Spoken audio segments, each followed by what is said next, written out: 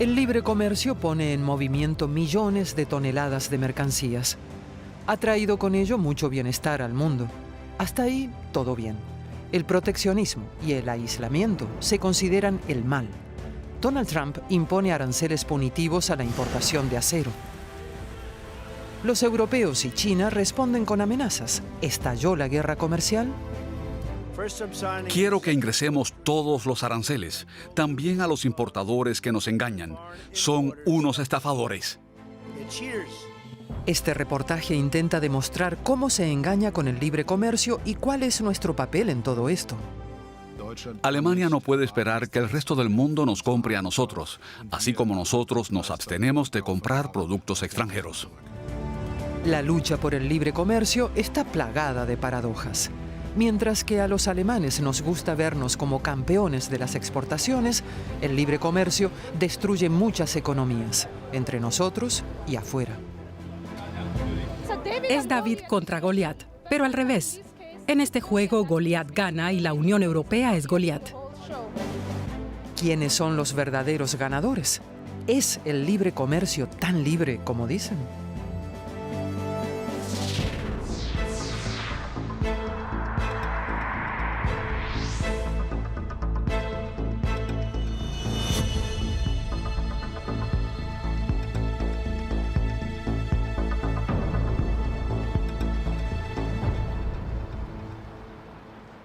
Puerto de Hamburgo.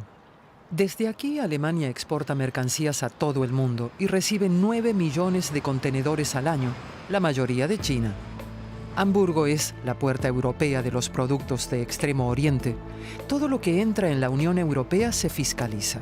Los autos de Asia o Estados Unidos se gravan con un 10%, la ropa con el 12%.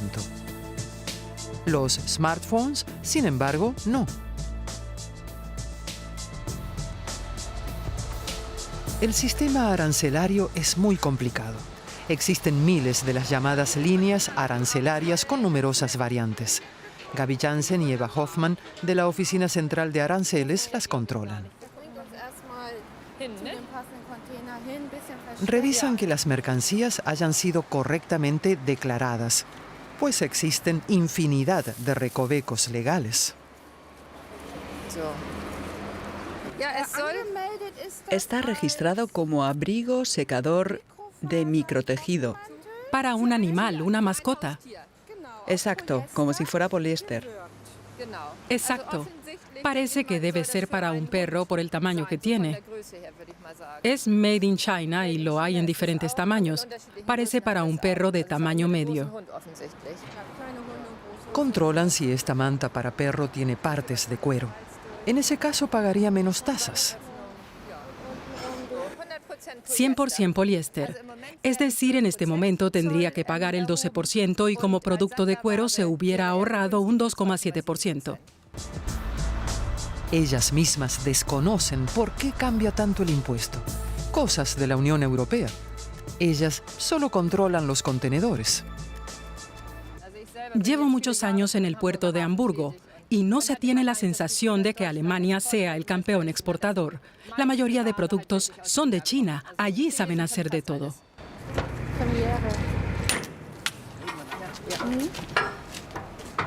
La cuestión es, ¿a quién benefician los aranceles aparte de al Estado?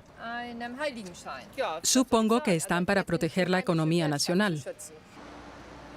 ¿Será verdad lo que nos dice esta empleada de aduanas, que así se protege la industria nacional en un mundo globalizado?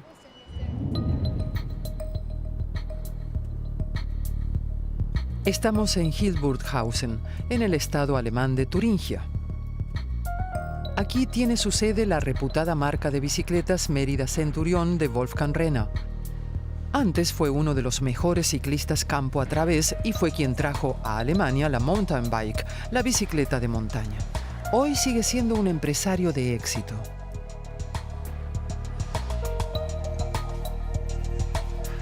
Convencional o eléctrica, sus bicicletas se venden muy bien.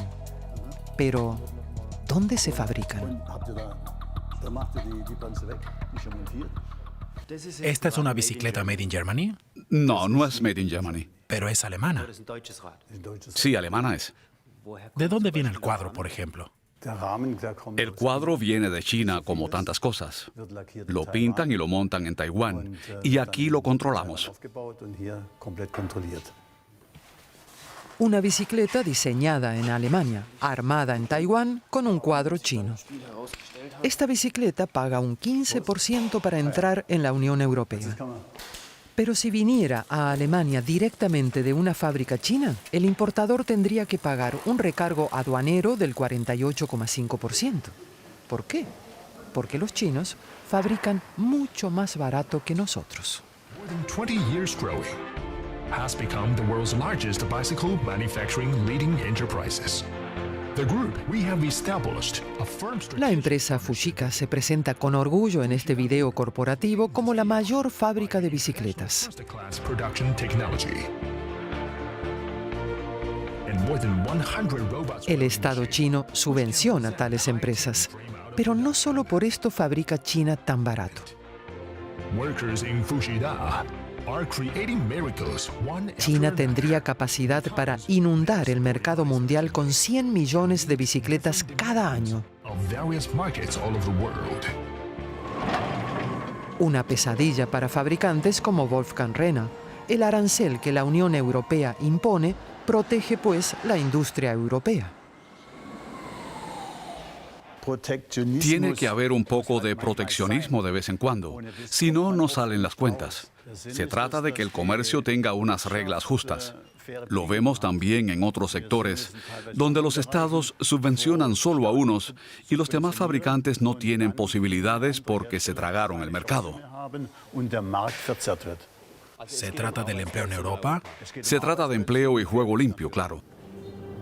Este recargo aduanero causa un encarecimiento de las bicicletas chinas en Alemania. Se puede ver como una barrera a la importación, pero también como proteccionismo, sin más. Por eso acaban los cuadros chinos en Taiwán. Así no tienen que pagar el arancel punitivo. En Alemania tan solo acaban estos cuadros, lo que da trabajo a más de 100.000 empleados en Europa.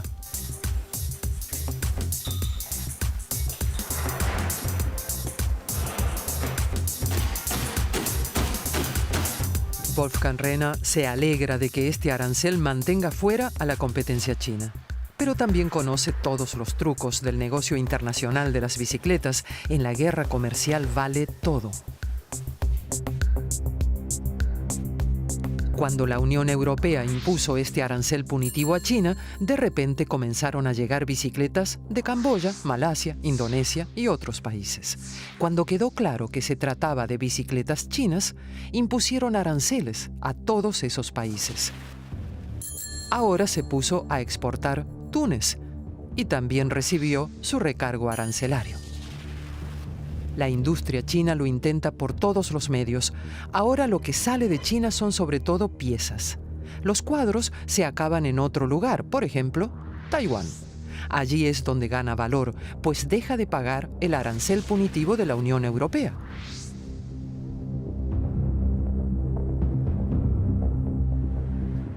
Lo que pasa cuando no se protege con aranceles el sector de las bicicletas lo podemos ver en Estados Unidos. Antes, en Filadelfia, Brian Kettwick vendía solo las marcas del país, fabricadas en Estados Unidos.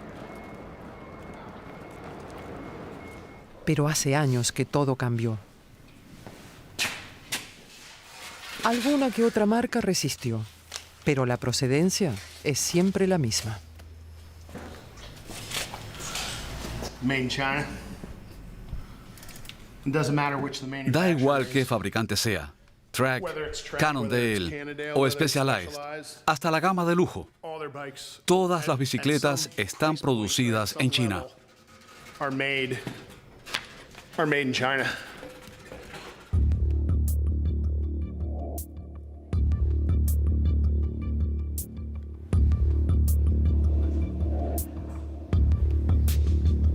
Sin el proteccionismo que tienen en Europa, a nosotros nos inundaron con bicicletas chinas, sentencia Kettwick.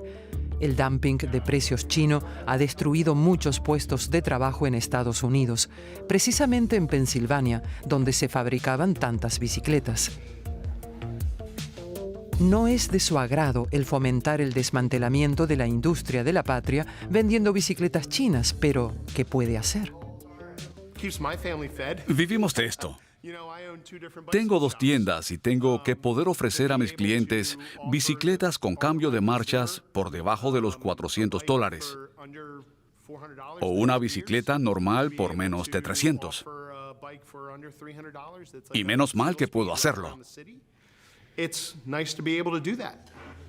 El presidente Donald Trump ha amenazado con muchos aranceles punitivos, pero no para las bicicletas. Brian Kettwick no ve con buenos ojos el proteccionismo, pero con las bicicletas podría haber sido de utilidad. Depende de la perspectiva. La gente cuyo empleo se llevaron a China o Taiwán probablemente lo verán de otra manera que los trabajadores que no se han visto afectados. Sin embargo, se afirma que el libre comercio beneficia a todos. No solo China, también Alemania es responsable de los problemas de Estados Unidos, dice el catedrático Heribert Dieter. Suele enseñar a sus alumnos que el título de Alemania como campeón en exportaciones tiene sus trucos.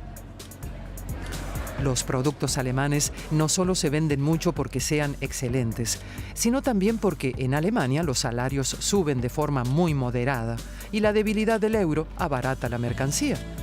Eso es lo que fastidia a Donald Trump y no sin razón. La plusvalía alemana significa déficit para otros países. Alemania espera que el resto del mundo se endeude con Alemania, pero a la vez los critica cuando sus deudas son demasiado altas, lo que es un sinsentido de principio a fin. El hecho es que el comercio global es un lucrativo negocio, sobre todo para los alemanes. El año pasado exportamos productos por valor de más de 1,2 billones de euros. Alemania, la Unión Europea y China exportaron más de lo que importaron. Alemania registra un superávit de 250.000 millones de euros, mientras que Estados Unidos registra 500.000 millones negativos. Importan mucho más de lo que venden y se endeudan para comprar nuestros productos. Esto de forma duradera no es bueno para Estados Unidos. Las pérdidas de unos se convierten en ganancias para otros.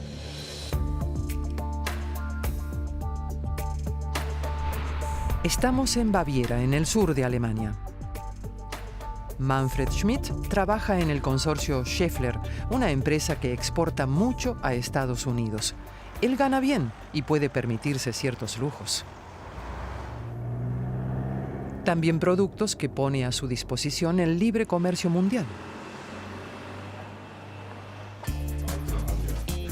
Su economía familiar refleja, como tantas otras, el libre comercio. Miremos de dónde proceden las cosas de su salón. ¿Existe algo realmente fabricado en Alemania? Muy poco. Si sacamos todo lo que no está hecho en Alemania, nos quedamos sin nada.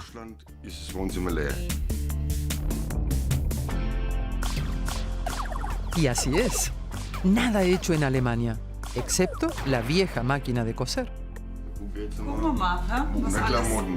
Segundo intento, miramos en su guardarropa. Hecho en Turquía, Hecho en Bangladesh. diseñado en Alemania, hecho en China.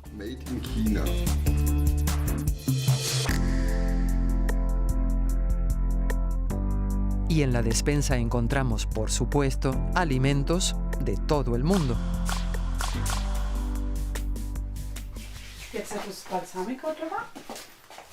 La rapidez con la que uno puede convertirse en perdedor de este juego sin fronteras no es desconocida para esta familia. El padre estuvo a punto de perder su empleo porque se llevaban la producción al extranjero. La lucha de los trabajadores de la empresa Schaeffler se hizo eco en todo el país. Manfred Schmidt y sus colegas renunciaron durante años a una parte de su salario para salvar sus puestos de trabajo, pero no sirvió de nada. Durante 10 años trabajamos gratis 5 horas a la semana.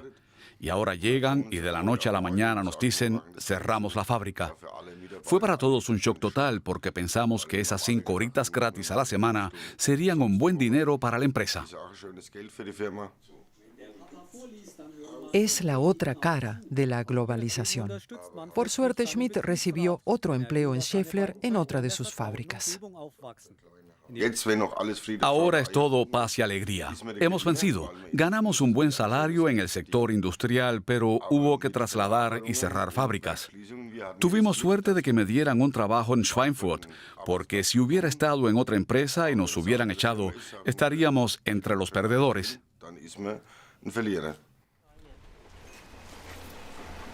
La fabricación se lleva a cabo donde sale más barato. Y esto rige también para las bicicletas de la familia Schmidt. Las marcas son alemanas, pero sabemos de dónde vienen realmente las bicicletas, o al menos sus cuadros.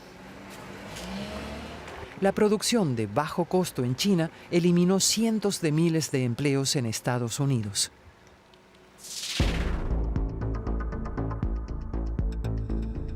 Estamos en Filadelfia. La ciudad florece, pero en los pueblos el empleo desaparece, y con él las fábricas, igual que en el resto del país.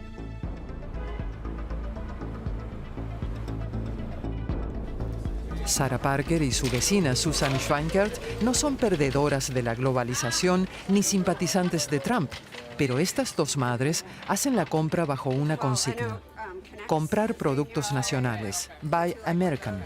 Con este lema, Sarah se hizo popular desde su página web. En USA Love List se dan recomendaciones para sustituir las ofertas extranjeras por productos del país. Todo para mantener los empleos. Veamos, una bandera estadounidense. Es increíble con qué frecuencia no se fabrica en Estados Unidos. Esta sí está hecha aquí. ¿De verdad? Bien. Me parece bien que aparezca claramente el lugar de procedencia. La gente quiere saberlo. Producida en alguna pequeña localidad de quién sabe dónde, pero atendiendo a la etiqueta, sé que estoy apoyando a la gente que la ha fabricado. Sarah fue testigo de cómo los empleos se reubicaron a México. Las fábricas cerraron, regiones enteras quedaron despobladas. Había que hacer algo. Cuando acabé mis estudios estuve vendiendo Chevrolet. Cuando regresé, luego de unos años, el concesionario ya no existía. Estaba abandonado. La hierba crecía por todos los rincones. La gente siente orgullo cuando trabaja y produce algo. Creo que hemos perdido ese orgullo. Los productos del comercio globalizado ocultan su origen. Y como nos parece normal, no nos molesta. Pero debería molestarnos, nos recomiendan. Los fabricantes no tienen que informar de dónde producen. Creo que solo deben hacerlo con alimentos y automóviles. Estaríamos contentas si al menos nos informaran de algo. Su Volvo, un pequeño desliz, confiesa. Este fabricante sueco pertenece ahora a un consorcio chino. Ella intenta por todos los medios suplir todo lo que le hace falta con productos estadounidenses, pero no funciona del todo. No estoy segura, pero creo que este robot de cocina lo arman en Ohio. La llave está hecha en Corea y esto viene de China. No hay ninguna tostadora fabricada en Estados Unidos. Una iniciativa que parece más nacionalista de lo que es en realidad. Al menos así lo asegura la misma Sarah. Nacionalista sería si compráramos exclusivamente productos estadounidenses, pero tenemos un surtido gigantesco, incluso de productos reciclados que vienen de acá. Como consumidores, tomamos decisiones según nuestro estilo de vida. Me alegro de poder disponer de este surtido. Para mí es cualquier cosa menos nacionalista.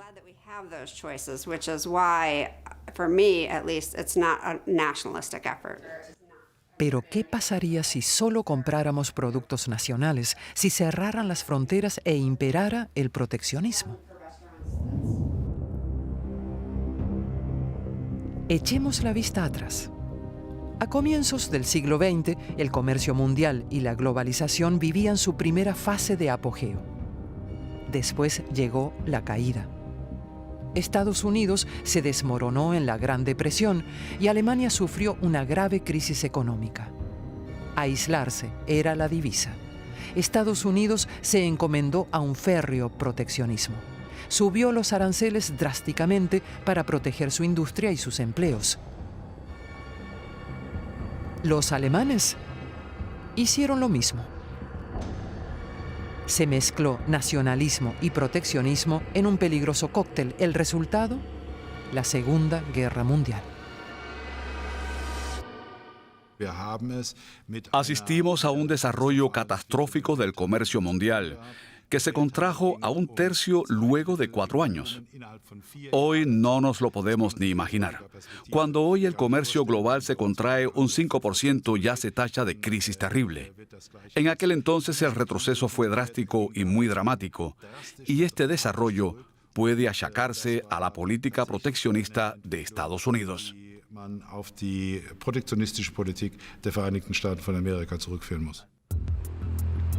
Algo así no debería volver a ocurrir. Hasta hoy, la Organización Mundial del Comercio, con sede en Ginebra, regula el libre comercio. Bienestar para todos con el libre comercio, reza su promesa. Algo que nunca ha funcionado, más bien lo contrario. La Organización Mundial del Comercio recibe muchas críticas y Donald Trump más bien la ignora. ¿Se cierne de nuevo la amenaza de una nueva espiral proteccionista o hay que leer mejor la letra pequeña? En Mühlacker, en el estado federado de Baden-Württemberg, el grupo Steuer fabrica baldosas de todo tipo. El negocio florece porque se está construyendo mucho, pero su gerente, Peter Wilson, tiene que lidiar con un serio competidor: China. Las baldosas chinas son mucho más baratas. Por eso la Unión Europea les impuso un recargo aduanero. 26,3% de gravamen para las importaciones de Extremo Oriente. Una protección para el empleo local. Sin este arancel, nuestros baños y suelos estarían alicatados con género chino.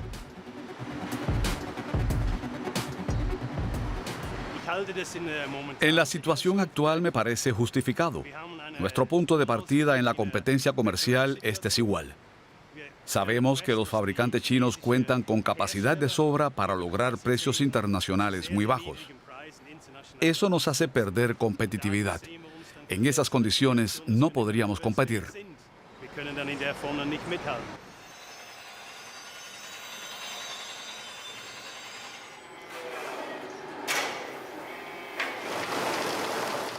Arancel punitivo a baldosas. Proteccionismo puro y duro. Pero salva puestos de trabajo y ayuda a lograr mejores estándares de producción y sostenibilidad que China. Producimos en Alemania. Nos sometemos a todas las leyes importantes de Alemania. Igualmente controlamos mejor todos los aspectos medioambientales. No es así cuando los productos vienen de afuera. A esto se añade la relación entre peso y valor. ¿Tiene sentido transportar tales productos desde tan lejos? Sin este recargo arancelario, las baldosas alemanas y europeas no tendrían ninguna oportunidad frente a los productos chinos. Sin este proteccionismo, dejarían de venderse no solo las baldosas alemanas. En total, la Unión Europea impuso 53 aranceles punitivos a productos chinos como el acero, la cerámica o incluso las tablas de planchar. Este arancel antidumping cuenta con el beneplácito de la Organización Mundial del Comercio. El proteccionismo florece y salva nuestros empleos.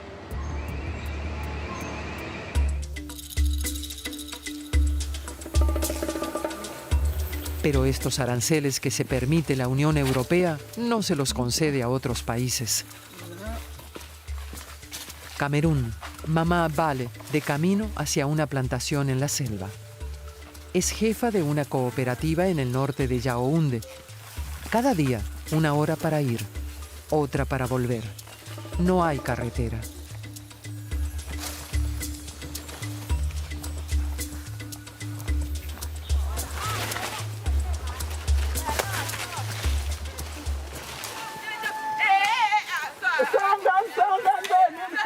El año pasado cosecharon más de 2 toneladas de cebolla. La cooperativa de Mama Vale vendió las cebollas en el mercado de la lejana ciudad y pudo dar sustento a todo el pueblo. Para nosotros la cebolla es una medicina, por ejemplo, contra enfermedades gastrointestinales o como antiséptico. También hacemos con cebollas nuestras salsas. Sin cebolla, Camerún no puede vivir.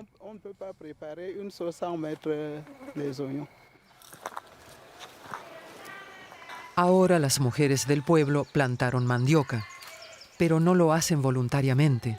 Lo de plantar cebolla se acabó desde que la cebolla europea arrasó el mercado. Camerún debería subir sus aranceles, pero no puede porque el nuevo acuerdo de asociación económica, el EPA, lo prohíbe.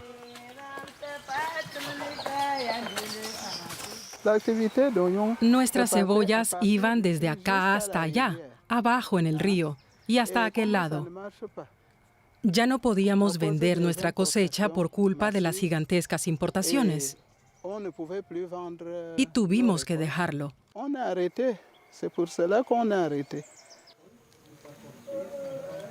Sin cebolla no hay comida.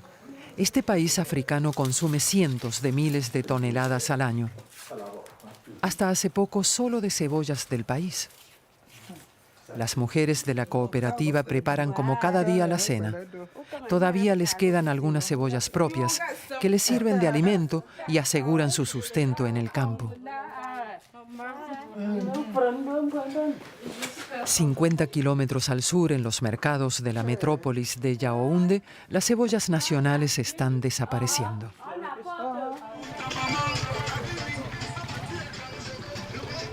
Cada mañana llegan hasta acá muchos camiones cargados de cebollas. La mayoría viene de Holanda. Se distinguen por las redes rojas.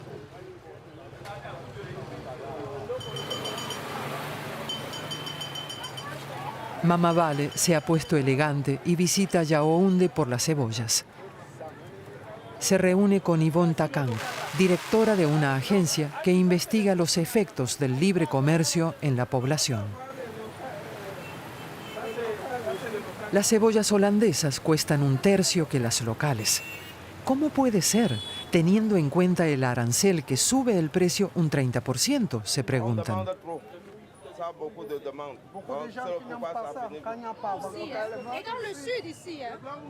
El asunto de las cebollas ya es suficientemente grave para los agricultores. Pero también el ajo de China está inundando este fértil país. No tenemos opción. Necesitamos tiempo para consolidar primero la economía nacional. Solo entonces podríamos abrirnos a los mercados mundiales. La sobreproducción europea destruye los mercados africanos. Mama Vale sufre las consecuencias. El caso de las cebollas se repetirá en breve en otros productos agrarios. Los nuevos acuerdos de libre comercio con la Unión Europea prohíben la subida de aranceles como medida de protección. Ya es hora de que armemos nuestra propia economía, igual que los países de la Unión Europea tuvieron su tiempo para crecer. Primero tenemos que hacernos fuertes y entonces podremos pensar sobre un acuerdo de libre comercio con la Unión Europea. Los europeos privamos a los africanos de lo que más necesitan: proteger su agricultura y su industria incipiente.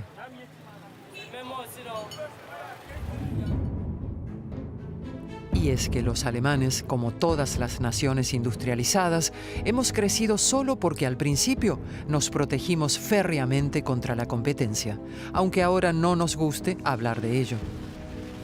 Sin el proteccionismo nunca hubiéramos sido un país industrializado. Durante el imperio, Bismarck cerró las fronteras para impedir la entrada de madera y cereales rusos. También los ingleses se protegieron. Ellos fueron los que inventaron la etiqueta Made in Germany para que los británicos identificaran los cuchillos alemanes más baratos. Que ese Made in Germany acabara siendo algo positivo es una gran ironía. Los países enarbolan el libre comercio cuando son especialmente competitivos y solo para los sectores donde ellos son muy competitivos. En aquellos sectores donde no lo son, aplican el proteccionismo, por ejemplo, en Europa con la agricultura. Por ejemplo, Suiza. Estamos en el cantón de San Galo. Hace unos meses, los suizos votaron en un plebiscito ciudadano a favor de una mayor seguridad y calidad alimentaria.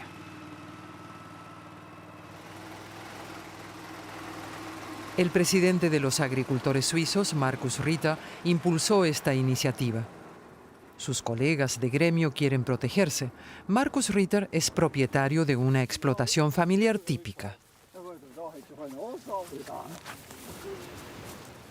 Este agricultor conoce los peligros de un libre comercio sin fronteras.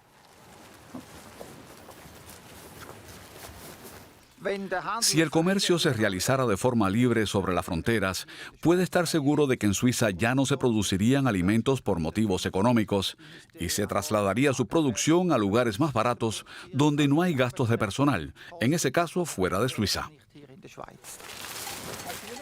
Comparado con el vecino más cercano de Suiza, Alemania, los salarios en el país helvético son un 50% mayores. Markus Ritter nunca podría producir tan barato como sus vecinos europeos. Se trata de mantener la calidad de los productos y de proteger puestos de trabajo. Eso es lo que consiguen los suizos con sus aranceles o su protección fronteriza, como lo llaman. Esta protección fronteriza es muy importante para la rentabilidad de cualquier actividad económica. Allí donde esta protección es menor, como en la leche, la cosa se complica. Cuando la protección es suficiente, como con la fruta y la verdura, los mercados nacionales funcionan bien. ¿Cómo funciona esa protección contra las importaciones baratas? Las fresas se graban con 3 francos suizos por cada 100 kilos, pero durante la época de la fresa en Suiza el arancel sube hasta los 510 francos, una tasa prohibitiva. O las cebollas. El importador paga 3 francos por 100 kilos, pero cuando los suizos la cosechan hay que pagar 126 francos.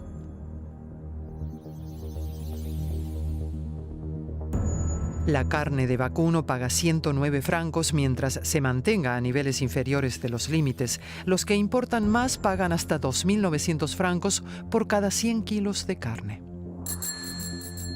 ¿Y las bicicletas? Sin importar la procedencia, 12 francos por unidad. El presidente de los agricultores, Ritter, valora este sistema flexible para mantener la competencia extranjera a raya.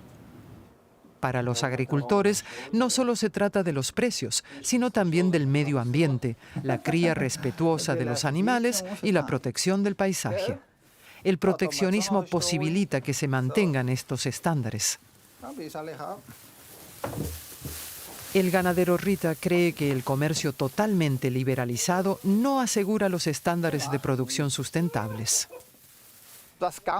Es importante estar convencidos de que aquí en Suiza tenemos también la responsabilidad ética de producir lo que podamos sin tener que utilizar nuestro poder adquisitivo para comprar más barato. No se trata solo del precio, sino también existe una responsabilidad ética. Esta protección de la producción nacional les sale cara a los suizos, pero sin ella los agricultores no podrían competir en su propio país. Así es el proteccionismo y en Alemania no se hace de otra manera. En Alemania se subvenciona cada hectárea con 280 euros. Los europeos en total financiamos nuestro campo con más de 60.000 millones de euros al año. Una de las consecuencias es la sobreproducción de leche y carnes porcinas que exportamos a China a bajo precio. También esto es proteccionismo, aunque oculto.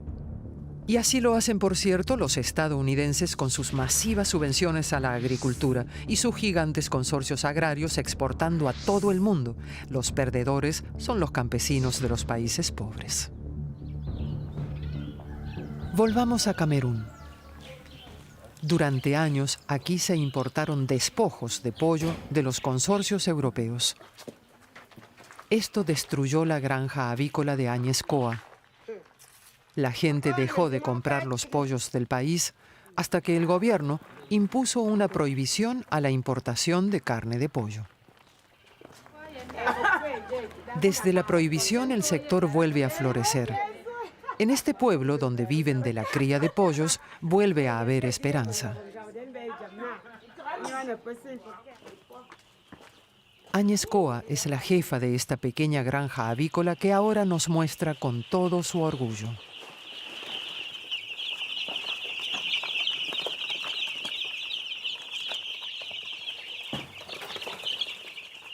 Durante años estos corrales estuvieron vacíos.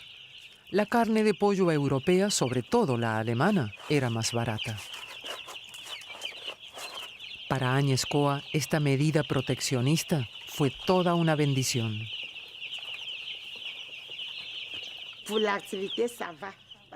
Todo funciona otra vez.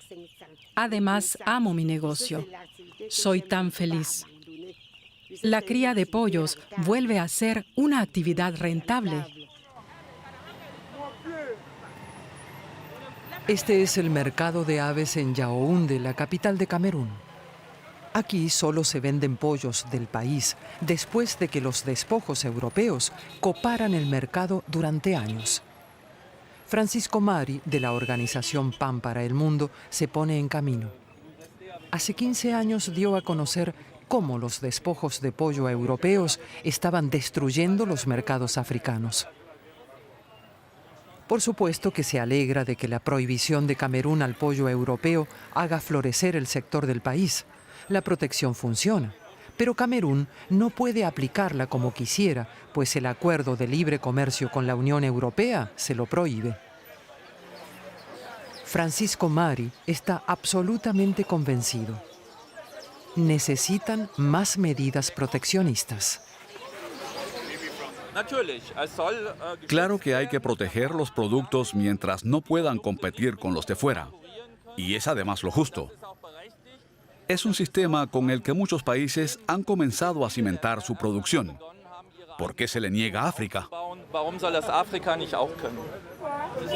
No solo conoce el caso de los pollos, también conoce el sufrimiento en todos los países africanos. El acuerdo de libre comercio al que la Unión Europea quiere forzar a todos estos países no solo es, en su opinión, totalmente parcial, sino también obsoleto. Esos países no obtienen ventajas aparte de las que ya tenían, a saber, acceso a los mercados. Y para ello tienen que abrir su mercado paso a paso. Y así Camerún, por ejemplo, no tiene opción para protegerse. También las manufacturas y la industria necesitan de esta protección en esta fase tan incipiente. Camerún producía unas robustas motocicletas, pero hoy vienen de China. El libre comercio trae bienestar a mucha gente, pero lo hace incrementando la brecha entre ricos y pobres. Así es como el 10% de la población global posee el 90% de los bienes, mientras que el 50% más pobre no posee casi nada, el 0,2%. Los ganadores son los accionistas de los grandes consorcios. Alphabet, la matriz de Google, quintuplicó su valor en unos años y Apple lo multiplicó por 10. En ese mismo intervalo, la economía global creció 1/3 de su valor, mientras que los capitales corren libres por el planeta con un claro beneficiario, el sector financiero. Y todo esto sin apenas control. Así, se estima que los consorcios depositan unos 2,5 billones de euros en paraísos fiscales, como las Islas Caimán o Panamá. Si hubiera controles, no sería posible.